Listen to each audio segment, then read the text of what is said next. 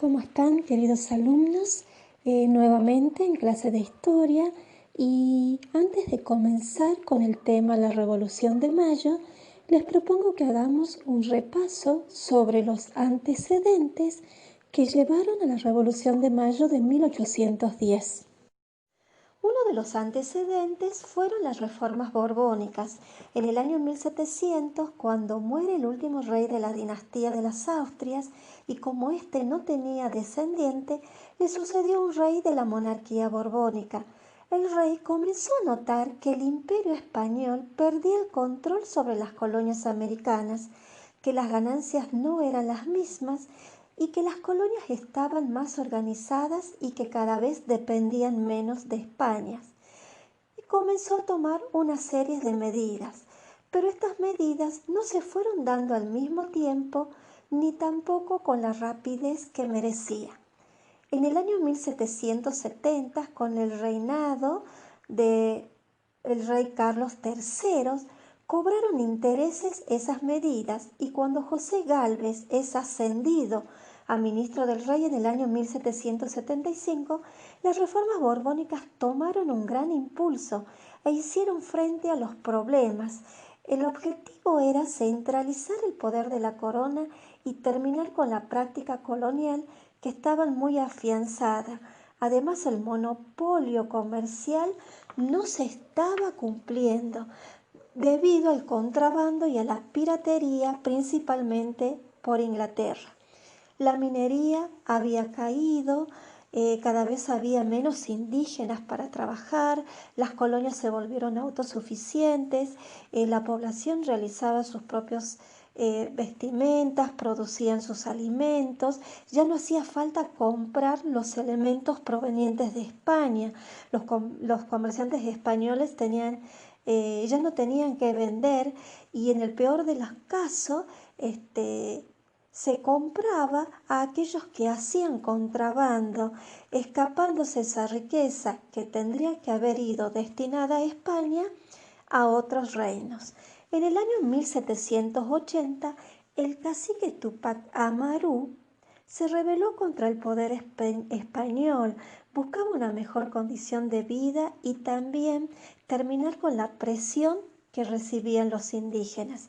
Lamentablemente, esta rebelión terminó brutalmente. El cacique fue brutalmente asesinado para mostrar un escarmiento al pueblo y para mostrar que nadie tenía que rebelarse en contra de España. Pero sin embargo, el deseo de rebelarse quedó en cada uno de los americanos. Con la muerte del ministro Gálvez en 1787 y la muerte de Carlos III en 1788, las reformas culminaron en un fracaso y tuvieron un efecto contrario. Otro de los antecedentes importantes de nuestra Revolución de Mayo es la independencia de las 13 colonias, debido a una serie de medidas económicas impuestas por Gran Bretaña. En el año 1776 se independizan las 13 colonias de Norteamérica y comienzan a formar parte de un nuevo país, Estados Unidos de América. Se convierten en una república democrática con división de poderes. En la Declaración de la Independencia se dice que todos los hombres y mujeres son iguales ante la ley, incluso los esclavos. Este hecho será visto en todo el mundo. Son los primeros en independizarse y marcan un gran antecedente para un crecimiento de ideas de todos aquellos personajes que deseaban ya dejar de depender de la corona española. Libertad y derechos son las ideas que contagia la Revolución Francesa en el Virreinato del Río de la Plata. En el año 1789, el pueblo francés realiza una serie de revoluciones conocida como la Revolución Francesa, que eliminan a los nobles y sus privilegios. Deja de ser una monarquía y se instala una república. En la Revolución Francesa se habla por primera vez del derecho de las personas, se habla de cuáles son esos derechos, se habla de libertad, se habla de igualdad, se habla de fraternidad. Recordemos que Francia tenía una monarquía absoluta. La Revolución Francesa influye en el Río de la Plata en las ideas liberales en contra de la monarquía española. Otro de los antecedentes de la Revolución de Mayo es la batalla de Trafalgar. El 21 de octubre de 1805 tuvo lugar la batalla de Trafalgar, donde tres potencias se disputaban la hegemonía del mundo. Inglaterra, dueña y señora de los mares, Francia, que se regía por los sueños imperialistas de Napoleón Bonaparte, y España, el imperio más grande que se encontraba en decadencia. Con la llegada de los Borbones, Francia se convirtió en el primer aliado de España.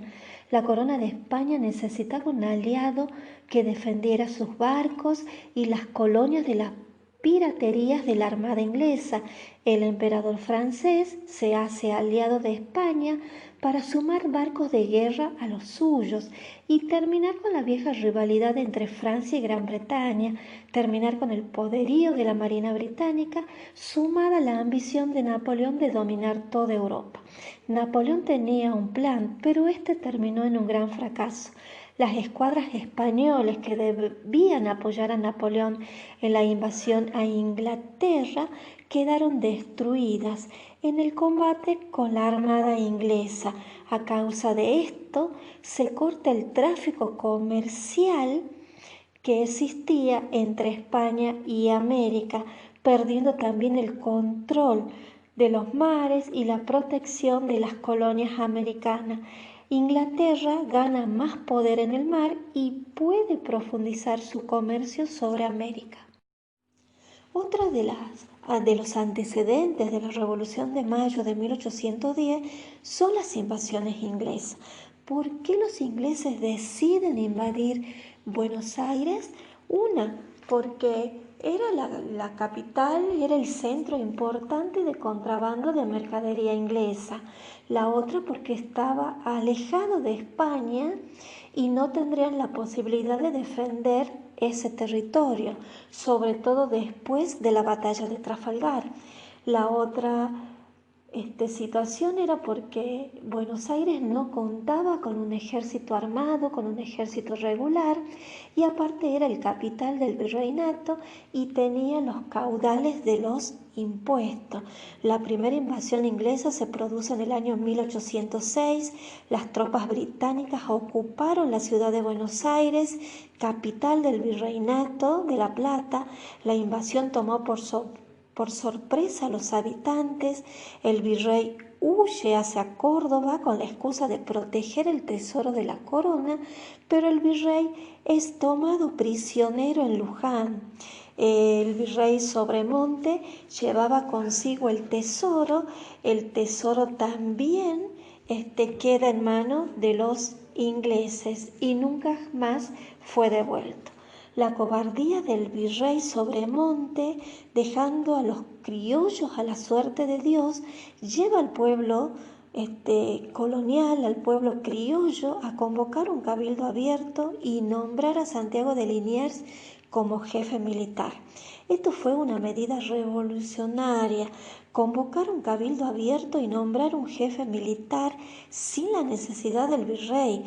A los 46 días los ingleses son derrotados y luego refuerzan esas milicias que fueron armadas. Miren cómo las invasiones inglesas, ¿sí?, ponen como evidencia la debilidad del régimen virreinal y se reforma un poder militar. En realidad se forma un poder militar, las milicias que antes no lo tenían. El pueblo criollo esperaba una segunda invasión inglesa. En el año 1807 se produce la segunda invasión. Casi 12.000 ingleses invaden el virreinato del Río de la Plata. Los criollos estaban preparados ya con las milicias armadas. Aparte, los vecinos y vecinas colaboraron en la defensa Desde los balcones le tiraban adoquines, botella, agua caliente, lo que tenían a mano. La idea era hacer desistir a los ingleses. Los ingleses se rinden y se retiran. El hecho de vencer por segunda vez a los ingleses, un ejército tan poderoso, le dio a los criollos la idea de que se pueden defender solos, de que no necesitan de España para su defensa. En la primera invasión ven cómo el virrey los abandona y cómo ellos se organizan y forman milicias armadas. En la segunda invasión, con la ayuda de los vecinos, logran que los ingleses se retiren. Entonces la duda crece en algunos ilustrados y jefes de las milicias y se preguntan, entonces España y el rey no nos cuida tanto, y si vencimos a los ingleses podemos vencer a la corona española.